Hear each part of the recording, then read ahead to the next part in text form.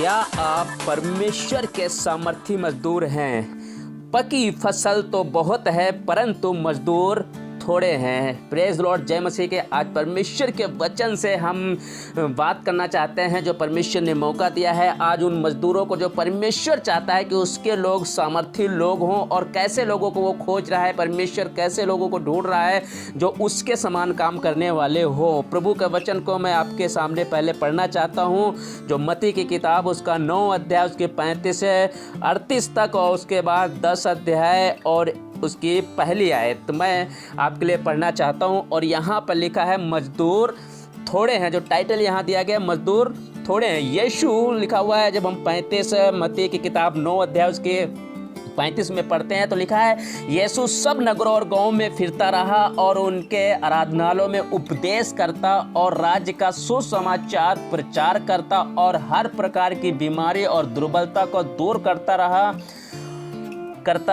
जब उसने भीड़ को देखा तो उसको लोगों पर तरस आया, क्योंकि वे उन भेड़ों के समान जिनका कोई रखवाला न हो, व्याकुल और भटके हुए से थे। 37 आयत पढ़ता हूँ। तब उसने अपने चेलों से कहा, पके खेत तो बहुत हैं पर मजदूर थोड़े हैं, इसलिए खेत के स्वामी से विनती करो कि वह अपने खेत काटने के लिए मजदूर भेज दे। अब हम मत्ती 10 उसका पहली आयत पढ़ना चाहता हूँ। फिर लिखा हुआ है, फिर उसने अपने 12 चेलों को पास बुलाकर उन्हें अशुद्ध आत्माओं पर अधिकार दिया कि उन्हें निकालें और सब प्रकार की बीमारियों और सब प्रकार के दुर्बलताओं को दूर करें। जब इस वचन को हम पढ़ते हैं तो हम यीशु कि इस बात को जब यीशु का वचन, हम परमेश्वर का वचन जब हम पढ़ते हैं तो परमेश्वर का वचन जब यहाँ पर यीशु मसीह इस बात को बोल रहा है तो उसके मन में उस समय क्या होगा, क्या विचार हुआ होगा। यीशु अपने समान कार्यकर्ताओं को खोज रहा है जो उसी के समान समानुभूति के साथ आशा कर्म करने वाले हैं। उसके मस्तिष्क में उस समय मजदूरों की कैसी तस्वीर रही होगी जब उसने ये कहा, पकी फसल तो बहुत है परंतु मजदूर थोड़े हैं। जरा सोचिए कि यीशु किन लोगों को थोड़े मजदूर कह रहा है। यदि आप खुले मन से इस बात पर मनन करें तो आप यीशु के हृदय की पीड़ा को सुन पाएंगे। अगर आप इन वचनों को पढ़ते हैं तो यदि आप संदर्भ सहित इन पदों को ध्यानपूर्वक पढ़ें तो आप आकर्षक सत्य जानने पाएंगे। व्याख्या करने के लिए नियमों के अनुसार हमें पूरे संदर्भ को देखना होगा कि यीशु ने किस संदर्भ में हमें मजदूरों के लिए प्रार्थना करने को कहा था। अब हम देखते हैं कि किस प्रकार यीशु सब नगरों और गांवों में जाकर सुसमाचार प्रचार कर रहे थे और बीमारों को चंगाई दे रहे थे। इसलिए स्वाभाविक था कि जहां कहीं वे जाते हैं भीड़ उनके चारों ओर एकत्रित हो जाती थी, क्योंकि लोगों की आवश्यकताएं बहुत अधिक थीं। यीशु ने भीड़ को देखा कि वे इन भेड़ों की तरह पीड़ित और उदास हैं जिनका कोई चरवाहा न हो। भीड़ में अनेक लोग बीमारियों और दुष्ट आत्माओं से सताए हुए लोग थे, गरीबी के मारे हुए लोग थे, कुछ लोग दुखी थे। यीशु ने देखा कि उनकी देखभाल के लिए कोई चरवाहा नहीं है। तब उनका हृदय तरस से भर गया। तरस से भरकर उन्होंने अपने चेलों से कहा, पकी फसल तो बहुत है परंतु मजदूर थोड़े हैं। तब उन्होंने कहा, फसल के स्वामी से विनती करो कि वह फसल काटने के लिए और मजदूर भेज दे। इसके बाद उन्होंने पिता परमेश्वर की निकटता में कुछ समय बिताया, कुछ रातें बिताई। फिर एक दिन सुबह उन्होंने अपने 12 चेलों को बुलाया और उन्हें अशुद्ध आत्माओं पर अधिकार दिया कि उन्हें निकालें और सब प्रकार की बीमारी तथा सब प्रकार की दुर्बलताओं से सताए हुए लोगों को चंगा करें। मजदूर थोड़े हैं, ऐसा कहकर यीशु किनकी ओर संकेत करते हैं? क्या यीशु के समय में व्यवस्थापक, शास्त्री व फरीसी लोग न थे? उनके काल में बड़ी संख्या में धार्मिक कार्यकर्ता थे, तो भी उनका हृदय ऐसे मजदूरों को खोज रहा था जो उनके समान हो, उनके समान तरस खा सके तथा उनकी सामर्थ से बीमारों को चंगा कर सके और बंधुओं को बंधुआई से स्वतंत्र करा सके। तब उन्होंने जान लिया कि ऐसे आश्चर्य कर्म करने वाले मजदूरों की तो कमी है। यही कारण है कि जिस दिन उन्होंने अपने 12 चेलों को अपने पास बुलाया तो उन्हें भरपूर सामर्थ्य और अधिकार दिया कि लोगों की भलाई के लिए उनके भले कामों को बढ़ाएं। जी हाँ प्रियो, यह कहने से कि मजदूर नहीं है, यह कहना अधिक उपयुक्त होगा कि मजदूर थोड़े हैं जो सामर्थ्य के साथ पकी फसल को काट सके। हमें इस महत्वपूर्ण सच्चाई को नहीं भूलना चाहिए। सुसमाचार प्रचार सेवा करके संतुष्ट होकर नहीं बैठ जाना चाहिए कि यीशु से अधिक सामर्थ्यशाली प्रचारक और कौन हो सकता है। यीशु ने यहाँ तक कहा, जब आप यूहन्ना 4:48 में पढ़ोगे, जब तक तुम चिन्ह और चमत्कार न देखो तब तक विश्वास नहीं करोगे। हम ये सत्य कैसे स्वीकार करें कि जब तक लोग चिन्ह और चमत्कार न देख लेंगे तब तक हमारे संदेश पर विश्वास नहीं करेंगे। क्या हम यीशु से अधिक निपुण प्रचारक हैं? जरा सोचिए। और उस समय सोचिए जब यीशु ने अपने चेलों को बुलाकर उन्हें क्या आज्ञा दी।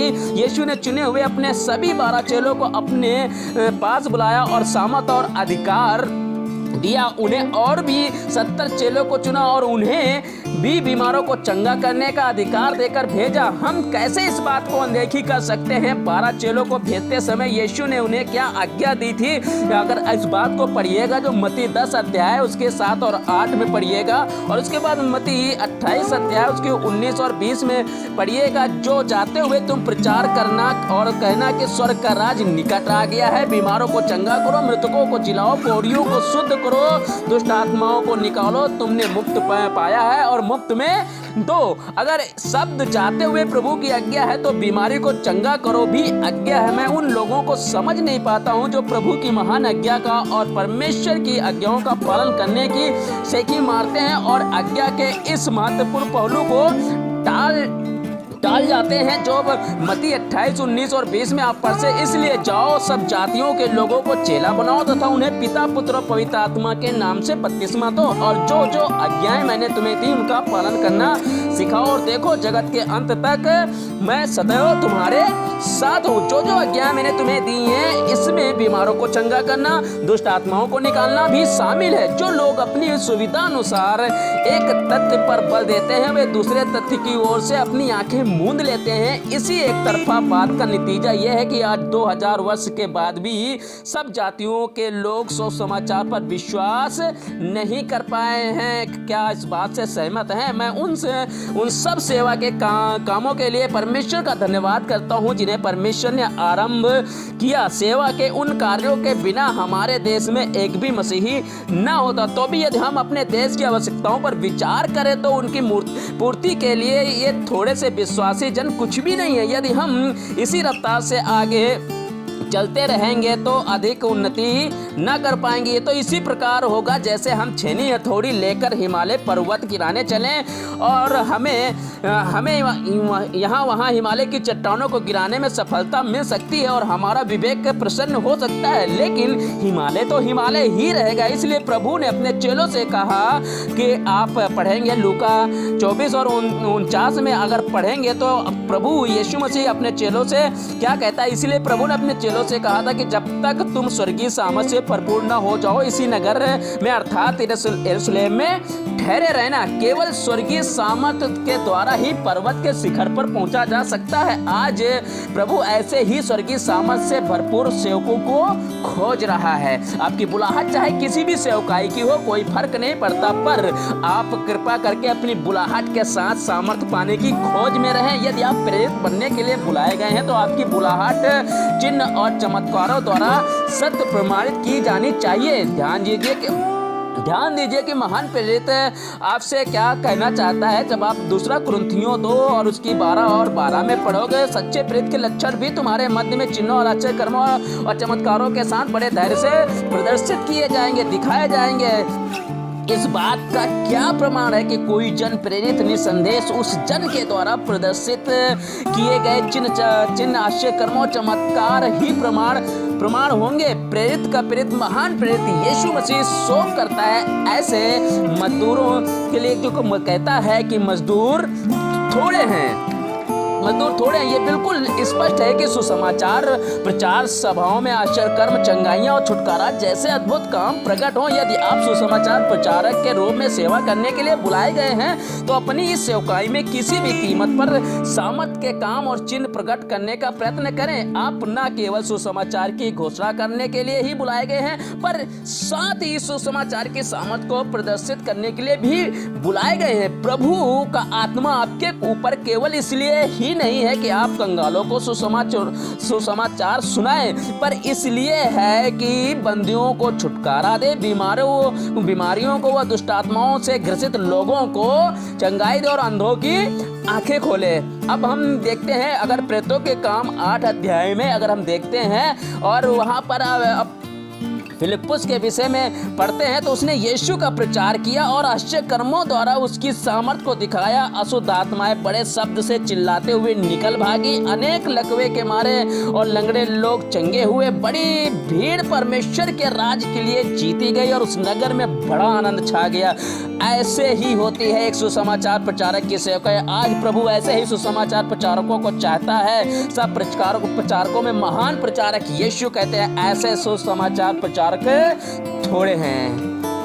कृपया आप यह ना सोचें कि आश्चर्य कर्म करने की सेवकाई सुसमाचार प्रचारकों की है। इस सेवकाई से बचे नहीं। परमेश्वर का वचन सुनो। चरवाहों को ताड़ना देता है जो आपको यह किताब उसके 34 में आप पढ़ेंगे। तुमने दुर्बल को हष्ट पुष्ट नहीं किया, ना बीमार को चंगा किया, ना घायलों को पट्टी बांधी, ना भटके हुए को वापस लाया, ना खोए हुए को ढूंढा, परंतु बल और कठोरता से उन पर प्रभुता की। भेड़ दुर्बल हो जाती है क्योंकि बीमार भेड़ को चंगा करने के लिए या घायल भेड़ पर पट्टी बांधने के लिए चरवाहा नहीं है। चंगा करने वाले चरवाहों की कमी के कारण भेड़ों की तरह लोग पीड़ित और उदास भटके हुए हैं। अगर यीशु देखेंगे ये मत्ती 9 अध्याय उसके 36 पढ़ोगे तो किस प्रकार यीशु ने तरस खाया। चंगा करने वाले चरवाहे उन मजदूरों के समान हैं जिन्हें प्रभु यीशु ने कहा मजदूर थोड़े हैं। हालेलुया।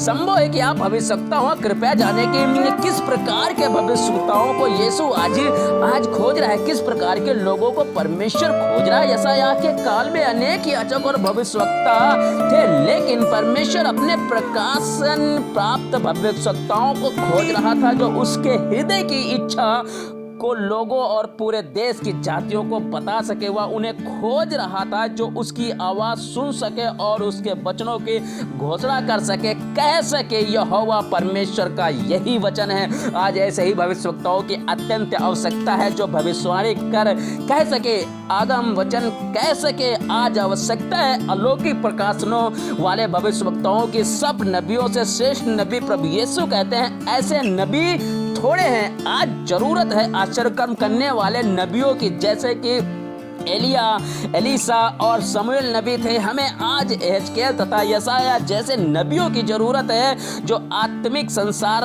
में पहुंचने वाले हों। हमें अगबुस जैसे नबियों की जरूरत है जो भविष्य में आने वाले अकाल की चेतावनी दे सके। हमें यीशु के समान नबियों की जरूरत है जो वचन और कामों में सामर्थी हो। क्या आप यह कह सकते हैं कहते हुए अपने आप को परमेश्वर के हाथों में सौंपेंगे? जो यशायाह 6 उसके 8 में जो यशायाह कहने लगा, एक बात बोलने लगा और कहता है कि मैं यहाँ हूँ, मुझे भेज। क्या आप तैयार हैं? क्या ऐसे सामर्थी मजदूर बनने के लिए तैयार हैं जो खुदा के राज्य में वो तमाम जो रूहें जो बदरूहों के चंगल में फंसी हुई हैं उन्हें उसके चंगुल से निकाल के खुदा के राज्य में इकट्ठा कर सके? जो बीमारी में फंसे हुए, तकलीफों में फंसे हुए हैं, जो बीमारियों में, तकलीफों में, बहुत सारी मुसीबतों में फंसे हुए हैं, आज प्रभु चाहता है कि ऐसे मजदूर तैयार हो, ऐसे मजदूर तैयार हो जो शैतान के चंगुल से उन आत्माओं को निकाल कर ला सके, प्रभु के पास इकट्ठा कर सके।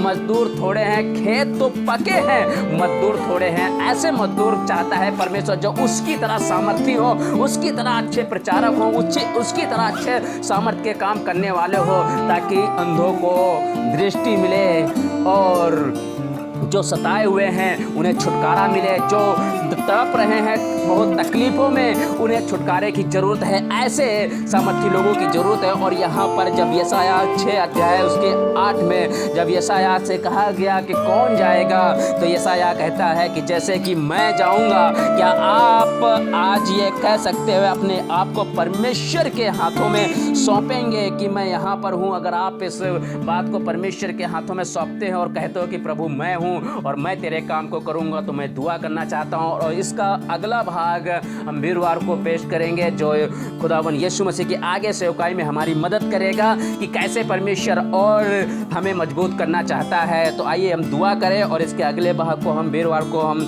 लेकर आएंगे और हमारे लिए दुआ करते रहिए। और चलिए मिलकर हम दुआ करें कि प्रभु इस वचन के द्वारा जो यशायाह 6 और 8 में लिखा है कि मैं यहाँ हूँ, मुझे भेज। खुदा बाप जो आज इस वचन को सुने और कह रहे हैं कि प्रभु मैं तेरे काम को करने के लिए तैयार हूँ, मुझे एक सामर्थी मजदूर बना ताकि हम खुदा बाप फसल को काट कर तेरे गले में इकट्ठा कर सके। परमेश्वर चाहता हूँ परमेश्वर कि ऐसे लोग जो आज तैयार हैं कि मैं यहाँ हूँ, मुझे भेज, उन्हें ऐसी सामर्थ्य बख्श परमेश्वर की, ताकि वो शैतान के चंगुल से उन आत्माओं को निकाल कर खुदा बाप तेरे करीब ला सके। परमेश्वर तेरे गले में इकट्ठा कर सके, वो तेरे राज्य को बढ़ा सके। परमेश्वर प्रभु आपके हाथों में सौंपते हैं। खुदावन आप मदद करें, सहायता करें। इस प्रार्थना को खुदावन यीशु मसीह के नाम में मांगते हैं, आमीन। खुदा आप सबको आशीष दे।